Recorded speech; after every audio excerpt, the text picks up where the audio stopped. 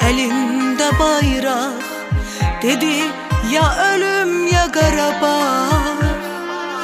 Vermedi düşmene o bir karış torpaq. Dedi ya ölüm ya Qarabağ. Balan seninle fəxr eləsin, atan anan qəm yeməsin. Başını uca tutup desin, nur üzlü şehidim benim.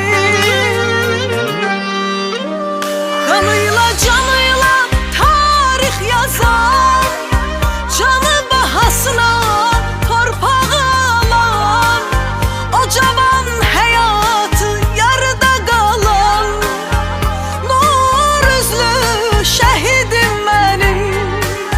Canıyla kanıyla tarih yazan, canı bahasına torpağı alan, o cavan hayatı yarıda kalan, nur üzlü şehidim benim.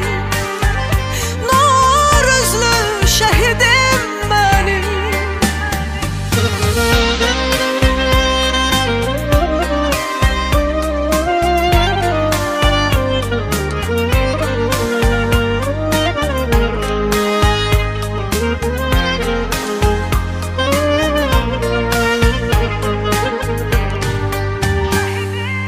Qoy bacın oxşasın səni, güllə bəzəsin qəbrini.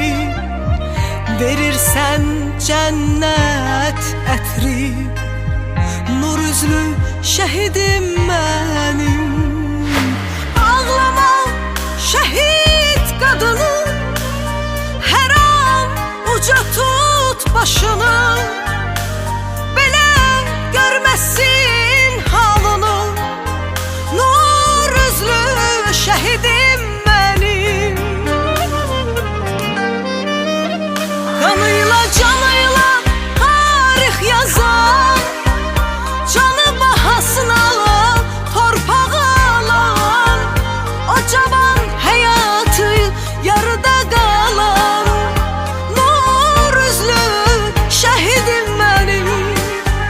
Canıyla kanıyla tarih yazan, canı bahasına torpağı alan, o cavan hayatı yarıda kalan, nur üzlü şehidim benim. Kanıyla canıyla tarih yazan, canı bahasına torpağı alan, o cavan hayatı yarıda kalan, nur üzlü şehidim benim. Canıyla kanıyla tarih yazan, canı bahasına torpağı alan, o cavan hayatı yarıda kalan, nur üzlü şehidim benim. Nur üzlü şehidim benim.